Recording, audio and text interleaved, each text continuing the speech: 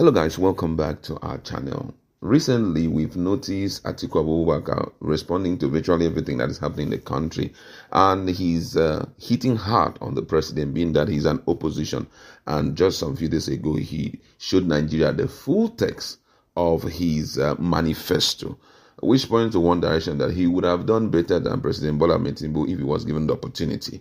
But however, a lot of Nigerians have reacted to that particular text. But this time around, you're going to hear one of Nigeria's foremost journalists, Abati of Arise, took out time to call out Atiku Abubakar over what he did and send a strong message to him over what they are doing to Nigerians and over the fact that he should allow Nigerians to live with the Miloko manifesto. But it's good enough you hear full details of what the veteran journalist and former presidential spokesperson Abati told the former presidential aspirant of the People's Democratic Party. Now, according to him, I'm going to quote exactly the words of Abati. He says, the main story is that the Waziri Adamawa Atiku Abubakar saying that he would have done better, and the presidency is saying that he doesn't know what he is talking about. Well, one of the challenges we face in this country is that we run on a presidential system of government, presidential system in which in our own context, the winner takes it all. And the winner pretends to be a monarch and pretends, to be the supreme authority, even if the 1999 constitution is effective in that regards, that it makes the president the supreme of the authority. The thing about presidential democracy is also that, once you win, you win. And what Nigerians are dealing with right now is the fact that we are not in a parliamentary system. We are running a presidential system. And once you make your choice, you live with it. Now, my first message to Atiku Abubakar is that the same manifesto that he is asking President Tinubu to return to was the same manifesto with which he engaged with Nigerians in 2023. And Nigerians voted for a Miloko manifesto. So the thing about presidential democracy is that, okay, you have voted for yours. You have made your choice. Live with that choice. It may sound very extreme, but that is the reality. However, Atiku has now intervened, acting like an opposition leader, and we keep calling for opposition politics. It's not part of the structure of our political choice, but he says, this is my manifesto, and he says more or less that Tinubu administration is not doing well. He's riding on the wave of populism because there are many Nigerians who share that view that the people from Lagos and the city boy, their leader, is just not getting it right. And then he says in his own manifesto, this is what he would have done with fiscal reform. 2, he would have led by example. When he says he would have led by example, is he saying he will not change aircraft or he will not travel in the long convoy? He was not specific in that regard.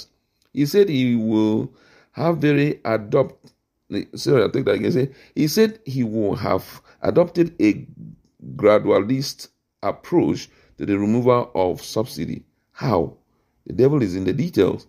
He said, for example, that he would have dealt with corruption, with the opaqueness of the NNPC and all of that. Look, some of these things that our opposition leaders say are better said than done. I think the big issue is not Atiku Abubakar saying, I would have done better. He will have to wait till 2023. The big issue is not the president saying, what is he talking about? Nigerians choose us. I think the political elite in this country, they got it wrong because they have removed the people quotient in the democratic equation. Whether the system is parliamentary or presidential, the people are saying, we are hungry, we are suffering. The responsibility, whether it's Atiku Abubakar that has a better manifesto or it is Bola Ahmed Tinubu that has a better manifesto, it is for the people of Nigeria to say, under this president, we are doing well.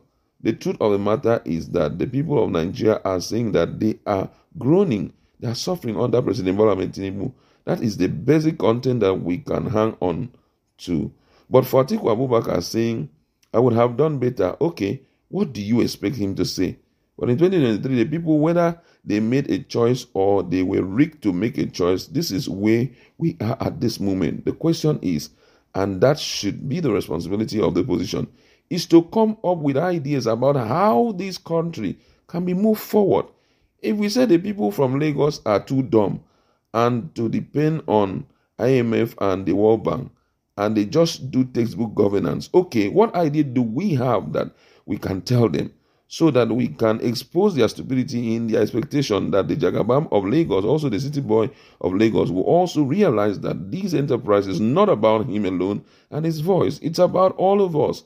And we have a duty to rescue this country, to salvage this country. That's, for me, is the main subject. My colleagues in the House, and this is really interesting. Abati took our time to talk about some of the content of the manifesto of Atiku Abubakar, which he shared with Nigerians.